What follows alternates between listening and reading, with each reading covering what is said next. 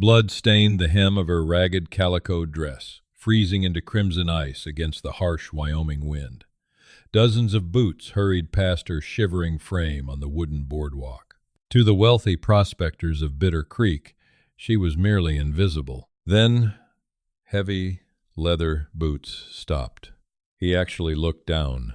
Bitter Creek was a town built on gold, greed, and broken promises in the brutal winter of 1882. Prosperity lined the pockets of the saloon owners and the mine bosses, but for Jocasta Morgan, the town had become a frozen graveyard. She sat huddled against the damp, splintered wood of the apothecary's outer wall, her knees pulled tight to her chest in a desperate bid to preserve whatever body heat remained. Her woolen shawl, once a vibrant forest green, was now threadbare and grayed with the soot of the mining camp. Dozens of people walked past her that afternoon.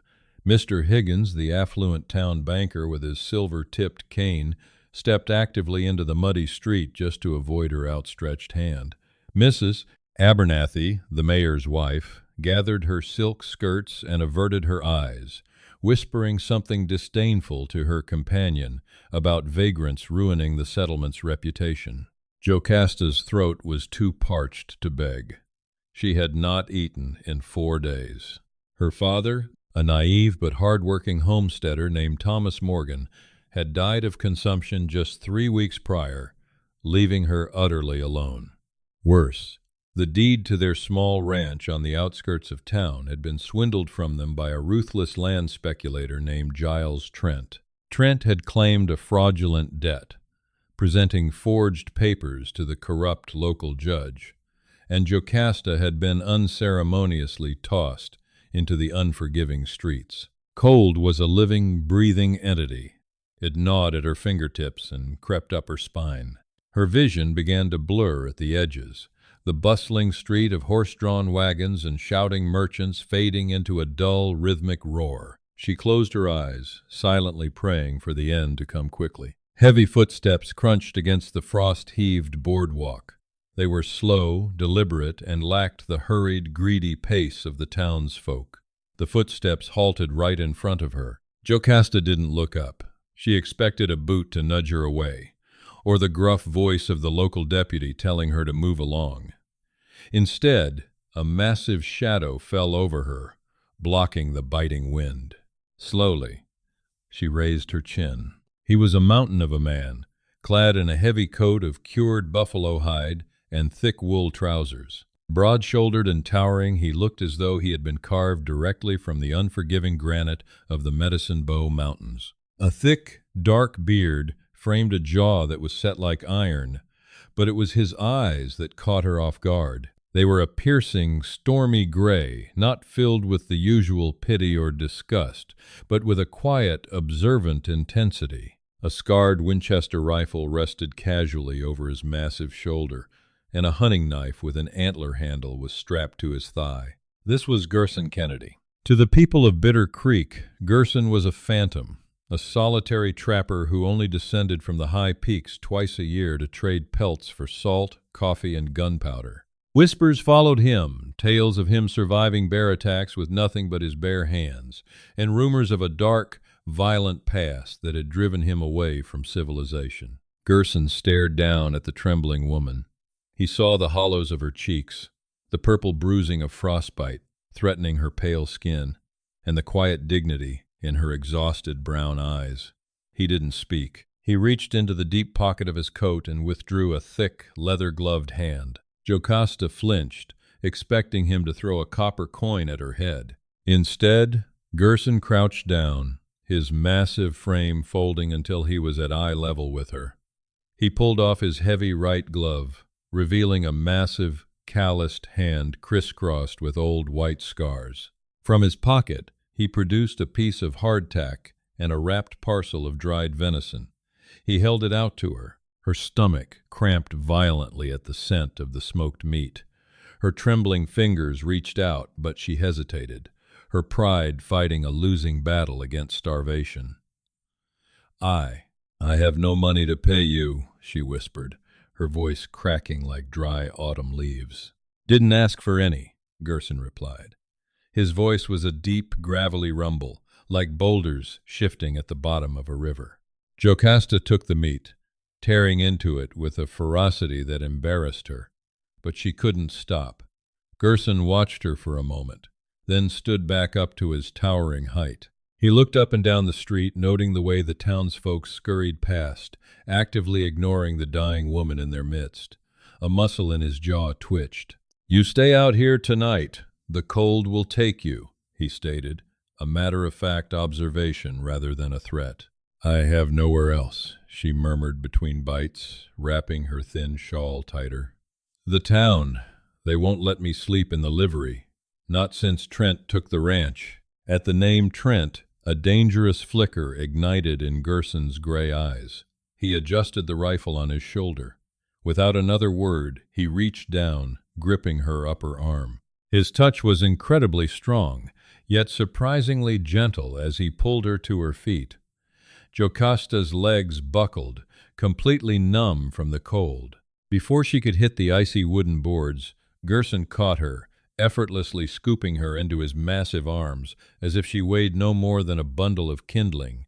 "What are you doing?" she gasped, panic momentarily flaring. "Put me down." "You need heat. And soup. In that order," Gerson rumbled, ignoring her weak struggles. He carried her down the boardwalk, the sea of townsfolk finally parting not out of respect, but out of fear of the wild, imposing mountain man. He marched straight through the swinging doors of the Golden Nugget Saloon, ignoring the sudden, heavy silence that fell over the gambling tables. He kicked a chair out from a corner table near the roaring stone fireplace and set her down gently. Tossing a solid silver dollar onto the bar, he locked eyes with the terrified barkeep. Bowl of beef stew, hot, and a pot of black coffee. As the warmth of the fire washed over her face, Jocasta looked at the man who had just defied the unwritten laws of Bitter Creek. Everyone had walked past her. Everyone had left her to die. But this wild, terrifying stranger had stopped. And as she looked into his guarded, storm-cloud eyes, she realized her life had just irreversibly changed. The journey into the high country was a blur of exhausting, cold, and terrifying heights. After Jocasta had eaten, Gerson had wrapped her in 2 thick woolen blankets, purchased a sturdy sorrel mare from the stables, and secured her in the saddle. He led the horse on foot, trekking out of Bitter Creek just as the first heavy flakes of a brutal winter storm began to fall. They climbed for 2 days into the jagged, pine-choked wilderness of the Medicine Bow Range. Jocasta spent most of the journey drifting in and out of a feverish sleep, her body finally surrendering to the toll of starvation and grief. When she finally opened her eyes with a clear head, she found herself staring up at a ceiling of sturdy, hand-hewn cedar logs. The air was thick with the scent of pine resin, wood smoke, and roasting meat. She was lying in a heavy wooden bed, buried beneath a mountain of thick fur pelts. Across the small, impeccably clean cabin, Gerson was hunched over a cast-iron stove, stirring a cast-iron pot. He had shed his heavy buffalo coat, wearing only a faded canvas shirt that stretched tightly across the heavy musculature of his back. "You've been asleep for 3 days," he said, not turning around. He seemed to possess an uncanny awareness of his surroundings. Jocasta struggled to sit up, her muscles screaming in protest. 3 days. But where am I? "My claim. Ridge Creek," Gerson answered, finally turning to face her. He carried a tin cup of steaming broth and handed it to her. "Drink." Slowly. As she sipped the rich bone broth, Jocasta took stock of her surroundings. The cabin was a fortress against the wild. Rifles and hunting traps hung neatly on the walls, alongside snowshoes and drying herbs.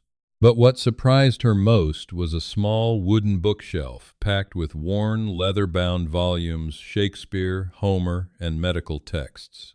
This was no illiterate savage of the woods. "Why did you save me?" she asked quietly, wrapping her fingers around the warm tin cup. Gerson sat in a heavy rocking chair by the fire, picking up a piece of pine and a carving knife. He worked the blade smoothly over the wood. "Saw a dog freezing in the mud once. People walked by it, kicked dirt on it, bothered me. You look like that dog. It was a blunt, unromantic answer, but Jocasta appreciated the honesty. Well, thank you, Mr. Kennedy. I suppose I owe you my life. Call me Gerson. And you don't owe me anything. Once the spring thaw comes, I'll take you to Cheyenne. You can start over there. Weeks bled into months as the mountain winter locked them in a world of blinding white. The snow piled up to the cabin windows, sealing them off from the rest of humanity. Forced into tight quarters, the initial awkwardness between them slowly thawed into a comfortable, quiet companionship. Jocasta, determined not to be a burden, took over the cooking and the mending. She learned to skin rabbits, bake sourdough biscuits in the Dutch oven, and track the small game that wandered near the frozen creek. In return, Gerson taught her how to shoot. He placed his heavy Colt revolver in her hands, adjusting her stance with a firm, warm touch that sent unexpected shivers down her spine. "Never know what's waiting in the dark," he had muttered, standing close behind her, his chest brushing her shoulders as he guided her aim. Through the long, dark evenings by the fire, the walls around Gerson's heart began to crack. Jocasta read aloud from his books, her soft, melodic voice filling the silence of the cabin.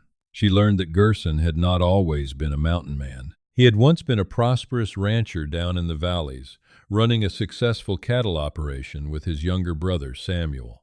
One night, while the blizzard raged outside, Gerson finally shared the darkness that haunted his eyes. "Sam was a good kid. Trusted too easily," Gerson said, staring into the flickering flames, a half-carved wooden bear idle in his hands. "We found a rich vein of silver on our grazing land. Kept it quiet. But word got out. A syndicate out of Denver wanted the land. When we refused to sell, they didn't bother with courts. They sent regulators." Jocasta stopped her knitting, her heart aching at the raw pain in his gravelly voice. "What happened?" "I was in town buying supplies. Came back to find the ranch burned to the ground." Gerson's knuckles turned white around the handle of his knife. "Found Sam in the ashes. They shot him in the back. The law was paid off, ruled it an accident with a kerosene lantern. I hunted down the men who pulled the triggers, 3 of them, left them for the buzzards. But the man who ordered it, the man who paid them, he vanished into the wind. I came up here to get away from the poison of civilized men." Jocasta moved from her chair, crossing the small space between them. She knelt beside him, placing her small, soft hand over his large, scarred one. "I am so sorry, Gerson." He looked down at her hand, then up into her eyes. For the first time, she saw the profound loneliness beneath his rugged exterior. Slowly, he turned his hand over, intertwining his thick fingers with hers. The touch was electric, a silent confession of the deep, unspoken bond that had formed between them. In the isolation of the mountains, 2 broken souls had found a sanctuary in each other. "You're safe here, Josie," he whispered, using the nickname her father used to call her. "I won't let anyone hurt you." But the winter could not last forever, and the shadows of the valley below were waiting for the ice to melt. Spring arrived with a violent beauty.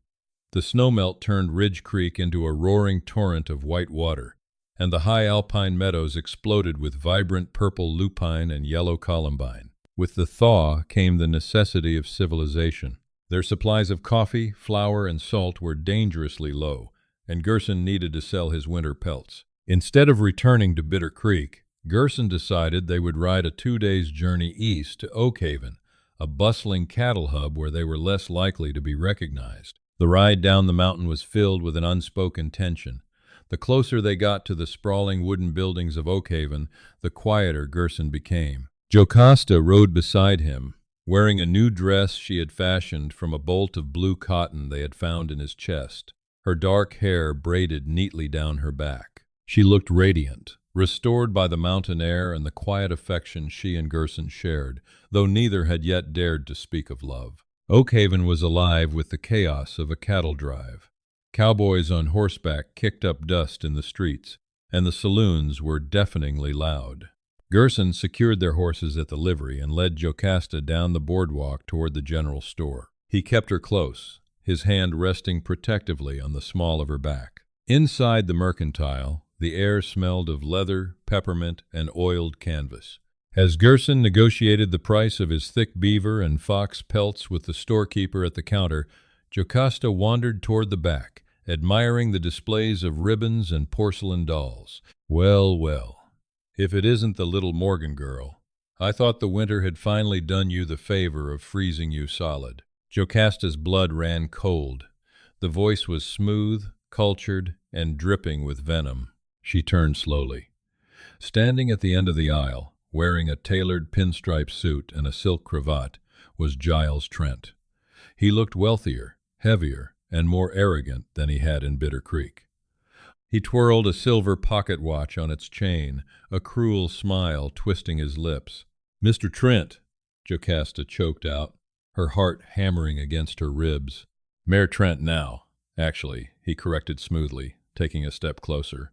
"Oakhaven has been very good to me. The mining claims I acquired in Bitter Creek yielded quite a profit, enough to buy my way into proper society." His eyes raked over her, noting her healthy complexion and the clean dress. "You look well, surprisingly so for a vagrant who still owes me a debt of $500. "You know my father owed you nothing," Jocasta hissed, stepping back. "You forged those papers. You stole our home, and you left me to die." Trent chuckled, a dry, rasping sound. "The law saw it differently, my dear. In fact, since you fled Bitter Creek without settling your accounts, there is a standing warrant for your arrest. The local sheriff here works for me. I could have you thrown in the territorial prison, or we could come to an arrangement. A pretty thing like you could work off that debt in one of my establishments." He reached out, his soft, manicured hand gripping her wrist tightly. Jocasta cried out in pain. Suddenly, a massive shadow fell over the aisle. Jiles Trent was violently jerked backward, his grip ripped from Jocasta's wrist. He slammed hard into a barrel of pickled eggs, sending it crashing to the floor in a spray of brine and glass. Gerson stood there, his chest heaving, his gray eyes blazing with a murderous fury. His hand was resting squarely on the butt of his Colt revolver. "Touch her again," Gerson growled, the low timbre of his voice echoing through the suddenly silent store, "and they'll be burying you in pieces." Trent scrambled to his feet, his face red with humiliation and rage. He dusted off his expensive suit, glaring at the mountain man. "You ignorant savage! Do you know who I am? I am the mayor of Oakhaven. I'll see you hang for this." Trent looked closely at Gerson, his sneer faltering for a fraction of a second. A flicker of recognition passed through Trent's eyes. He stared at the scar crossing Gerson's jaw, the immense height, the stormy gray eyes. "Wait!" Trent breathed, his face suddenly draining of color. "I know you. You're a dead man. You burned in that farmhouse down in the valley." Gerson went completely still. The silence in the store was deafening. The storekeeper ducked behind the counter. Jocasta watched, paralyzed, as Gerson's entire demeanor shifted from protective anger to a cold, terrifying calculation. "The syndicate," Gerson whispered, his voice barely audible, yet carrying the weight of a death sentence. "You were the man from Denver. You're the one who signed the order to take my land. You paid the men who murdered my brother." Trent took a frantic step back, sheer terror finally breaking his arrogant facade. "Sheriff! Sheriff!" he screamed, bolting for the front door of the mercantile. Gerson didn't run. He calmly drew his Colt revolver, the metallic click of the hammer pulling back, sounding like a cannon shot in the tense air. Jocasta grabbed his arm. "Gerson, no! If you shoot him in the back, you're no better than them. The town will hang you." Gerson looked down at her, his eyes warring between a decade of agonizing grief and the desperate, pleading look of the woman he had saved. The ghost of his brother demanded blood, But the warmth of Jocasta's hand on his arm offered a different path. Before Gerson could make a choice, the front doors burst open. Sheriff Higgins and 3 deputies rushed in with shotguns leveled. "Drop the iron, mountain man," the sheriff bellowed. Trent stood behind the deputies, a wicked, triumphant grin returning to his face. "Arrest them both," Trent ordered, pointing a trembling finger. "He just tried to assassinate the mayor, and she's a fugitive debtor. Throw them in the iron boxes." Gerson slowly lowered his gun, placing himself squarely between the shotguns and Jocasta. The sanctuary of the mountains was gone. The devils of their past had finally cornered them, and the real fight for their lives had just begun. Heavy iron bars slammed shut with a deafening clang, echoing violently through the damp, claustrophobic basement of the Oakhaven Sheriff's Office. Gerson Kennedy gripped the rusted steel barrier, his massive knuckles turning stark white as Sheriff Higgins twisted the heavy brass key. In the adjacent cell, Jocasta Morgan sat on a wooden cot, her hands trembling not from the damp chill of the stone floor, but from the terrifying reality of their situation. The sanctuary of the high pines felt like a distant, unreachable dream. Gerson's gray eyes burned with a lethal, suffocating intensity. He had survived howling blizzards, territorial grizzly bears, and the unforgiving high-altitude winters, but being caged like a wild animal sent a primal rage coursing through his veins. He tested the strength of the iron, his broad shoulders bunching beneath his canvas shirt. But the cell was built to hold hardened outlaws. It would not yield to mere flesh and bone. Sheriff Higgins chuckled, a wet, nervous sound, as he backed away from Gerson's murderous glare. "Save your strength, mountain man. Mayor Trent will be down shortly to read you your final rites. You'll hang at dawn for attempting to assassinate a town official." Higgins spat a stream of black tobacco juice onto the stone floor and retreated up the wooden stairs, locking the heavy oak door behind him. The basement plunged into a suffocating gloom, illuminated only by a single sputtering kerosene lantern hanging on the far wall. "Gerson," Jocasta whispered, her voice fracturing the heavy silence. She moved to the bars separating their cells, pressing her pale face against the cold metal. "I am so sorry. If I had never let you bring me down from the mountain, if I had just stayed hidden." Gerson moved instantly, crossing his cell in 2 long strides. He reached through the iron bars, his massive, calloused hands gently cupping her face. The roughness of his palms was a stark, comforting contrast to the icy terror gripping her heart. "Don't," he rumbled, his voice fierce and steady. "Don't you ever apologize for surviving, Josie. I brought you here because you deserve to live in the light, not hide in the snow like a ghost. Trent is my demon. I should have hunted him down 10 years ago instead of running away." Tears spilled over her eyelashes, warm against his thumbs. "They are going to kill you, and I can't do anything to stop it." "Listen to me," Gerson urged, his stormy eyes locking onto hers with absolute certainty. "When they come for me tomorrow, they'll leave the deputy alone with you. You remember what I taught you about the hunting knife? How to slip a knot?" She nodded weakly, though the thought of shedding blood sickened her. "You survive," Gerson commanded, his voice softening into a heartbreaking plea. "You get out of this town, and you live. For me." Before Jocasta could answer, the heavy oak door at the top of the stairs groaned open. Heavy, expensive leather boots clicked rhythmically against the wooden steps. Jiles Trent descended into the dungeon, flanked by a brutish deputy who carried a double-barreled shotgun.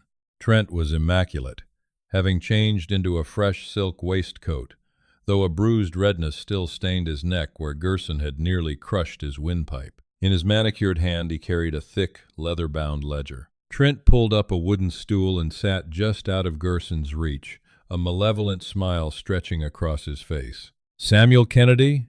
Trent mused aloud, savoring the name like fine wine. "I must admit, when those bounty hunters told me they had burned the Kennedy ranch to ash, I assumed both brothers were in the dirt. Imagine my surprise to find the elder Kennedy brother playing knight in shining armor to a ragged street beggar." Gerson remained utterly silent, standing perfectly still. Only the rhythmic twitching of a muscle in his jaw betrayed the volcanic violence simmering just beneath his skin. "You see, Gerson, your land sat on one of the richest silver veins in the Wyoming territory," Trent continued, casually flipping through the pages of his ledger. "The Denver Syndicate paid me a fortune to secure it. I used that fortune to build Oakhaven. I own the sheriff. I own the judge. And tomorrow morning, I will own your life. Higgins will report that you overpowered a guard and tried to flee. You will be shot in the back. A fitting end, considering that is exactly how your brother died." A low guttural snarl ripped from Gerson's throat. He slammed his entire weight against the bars, the iron groaning under the sheer, terrifying force of his fury. The deputy flinched, raising the shotgun, but Trent merely laughed, reveling in the mountain man's helpless rage. "And as for you, Miss Morgan," Trent sneered, turning his predatory gaze to Jocasta. He stood up, stepping dangerously close to her cell. "Your father was a fool who couldn't read a simple contract. You will work off his fabricated debt in my saloon every single night until your beauty fades into nothing." Trent reached through the bars, his soft, clammy hand grabbing a fistful of Jocasta's dark hair to force her to look at him. Pain flared in her scalp, but in that split second, Jocasta's fear evaporated, replaced by the indomitable spirit of a pioneer woman who had survived starvation, freezing winters, and the loss of her entire family. As Trent yanked her forward, his leather ledger pressed against the iron bars. Jocasta didn't scream. Instead, she let her body go limp, feigning a swoon. As she collapsed against the bars, her nimble fingers slipped into the oversized pocket of Trent's waistcoat. She felt the cold, hard shape of the sheriff's iron key ring. With a swift, practiced motion born from days of carefully plucking delicate mountain herbs without snapping their stems, she extracted the keys and let them slip up the sleeve of her blue cotton dress. Trent scoffed in disgust, releasing her hair as she slumped to the stone floor. "Pathetic," he spat. He turned back to the deputy. "Keep an eye on them. I want Kennedy taken out to the old quarry at first light." Trent marched back up the stairs, leaving the heavy ledger resting on a small desk near the lantern. The deputy dragged a chair to the corner, resting the shotgun across his knees, and pulled his hat down over his eyes. Jocasta lay perfectly still on the cold floor, waiting. Minutes bled into hours. The only sounds in the basement were the sputtering lantern and the heavy, rhythmic snoring of the exhausted guard. Slowly, Jocasta sat up. She met Gerson's eyes across the iron divide. She slid the heavy brass keys from her sleeve, holding them up in the dim light. Gerson's eyes widened in profound shock, followed instantly by a surge of fierce, overwhelming pride. She wasn't just a survivor, she was a warrior. Silence hung heavy as Jocasta slid the key into her lock. She turned it with agonizing slowness. The ancient tumbler clicked, a sound that felt as loud as a gunshot, but the deputy merely grunted and shifted in his sleep. She pushed the iron door open, slipping out of her cell like a shadow. She moved to Gerson's cell, her hands shaking as she fumbled for the correct key. Gerson reached through, placing his warm, steady hands over hers, guiding the right key into the hole. The lock yielded. Gerson stepped out of the cage, a towering phantom of vengeance in the dim light. He moved toward the sleeping deputy with lethal grace, prepared to silence the man, but Jocasta grabbed his arm. She shook her head fiercely, pointing toward the stairs. She didn't want him to become the murderer Trent claimed him to be. She moved to the small desk and grabbed Trent's leather ledger, the book he had bragged about, the book that undoubtedly contained the records of his bribes, forgeries, and syndicate payoffs. Suddenly, the heavy oak door at the top of the stairs rattled violently. "Deputy, wake up! Trent wants the execution moved up," Sheriff Higgins yelled from the other side of the door. The deputy jolted awake, his chair scraping loudly against the stone. He saw Gerson standing free and frantically swung his shotgun upward. Gerson didn't hesitate. He lunged forward, closing the distance before the deputy could pull the triggers. He slapped the barrels upward just as the gun discharged, the buckshot blowing a massive hole into the wooden ceiling. Gerson delivered a devastating, singular punch to the deputy's jaw, rendering the man instantly unconscious. "Go!" Gerson roared to Jocasta, shoving her toward a small ground-level window at the back of the basement that was used for shoveling coal. "Take the ledger to the federal marshal's camp outside town. Arthur Pendleton. I saw his stagecoach arrive yesterday. Go, Yosie." "I won't leave you!" she cried, clutching the book to her chest. "I'll hold them off. Give me a reason to live, Josie. Go." Footsteps thundered down the stairs. Sheriff Higgins and 3 armed men burst into the basement. Gerson grabbed the heavy wooden stool and hurled it at the stairs, taking out the first 2 men in a tangle of limbs and splintered wood. Knowing she was the only chance they had for true justice, Jocasta scrambled up the coal chute, bursting out into the cold, pre-dawn air of Oakhaven.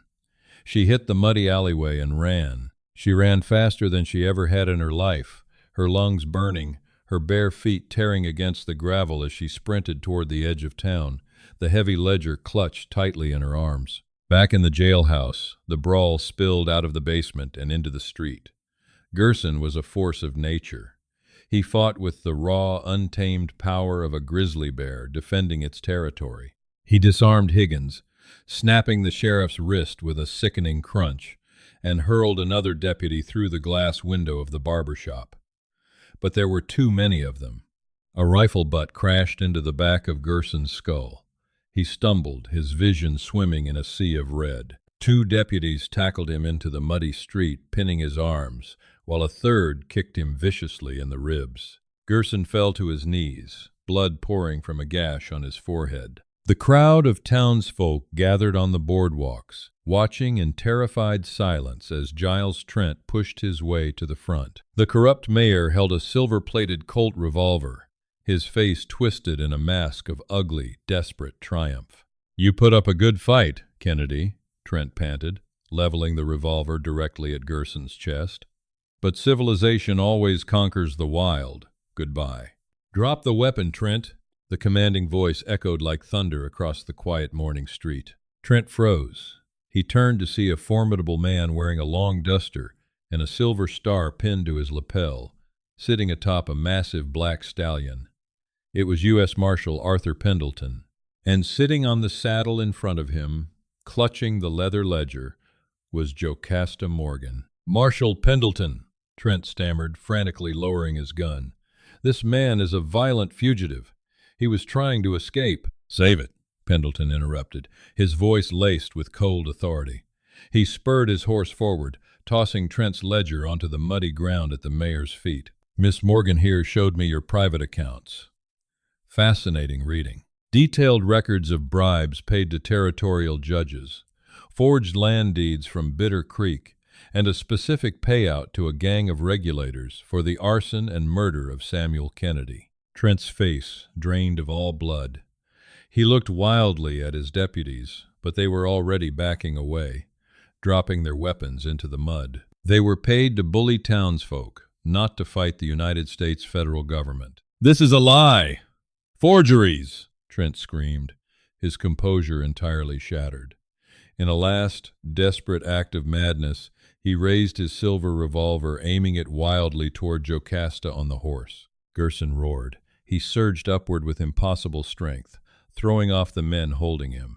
He tackled Trent to the ground just as the revolver fired, the bullet whistling harmlessly into the sky.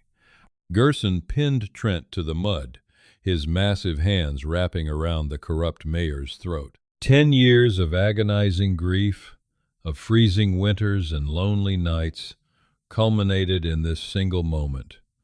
Gerson squeezed, Trent gagged, his eyes bulging as the life began to choke out of him. The mountain man was finally going to get his revenge. "Gerson!" "No!" Jocasta had slid off the horse and was running through the mud. She threw herself onto Gerson's broad back, wrapping her arms around his thick neck, pressing her tear-stained cheek against his ear. "Look at me," she sobbed, her voice breaking. "Look at me. Gerson, he isn't worth your soul. You are not a killer. You are the man who saved me." Gerson's chest heaved violently. The ghosts of his past screamed for blood, but the warmth of Jocasta's arms anchored him to the present.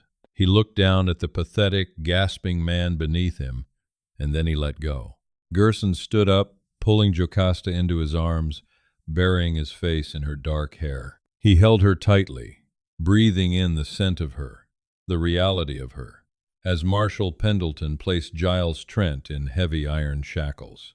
"I've got him, Kennedy," Pendleton said respectfully, nodding to the towering mountain man. "He'll face a federal judge, and he will hang. You have my word." The morning sun finally crested the horizon, washing the town of Oakhaven in a brilliant, warm, golden light. The shadows of corruption and grief that had haunted them for so long were finally burning away. Gerson looked down at Jocasta, wiping a streak of mud from her beautiful face. His stormy gray eyes were entirely clear, completely devoid of the ghosts that had haunted them for a decade. "The snow is melting back up at Ridge Creek," Gerson whispered softly, his deep voice meant only for her. "I was thinking, it's about time I built a proper front porch on that cabin. Maybe a garden in the back, if you'll help me." Jocasta smiled, a radiant, tearful expression of pure joy. She reached up, wrapping her arms around his neck. "I would follow you anywhere, Gerson Kennedy, to the ends of the earth and back." He kissed her then, a deep, sweeping embrace that silenced the bustling town around them. It was a promise forged in the bitter cold and sealed in the fire of justice. Everyone else had walked past her, leaving her to freeze in the shadows. But the mountain man had stopped, and in saving her life, he had ultimately saved his own.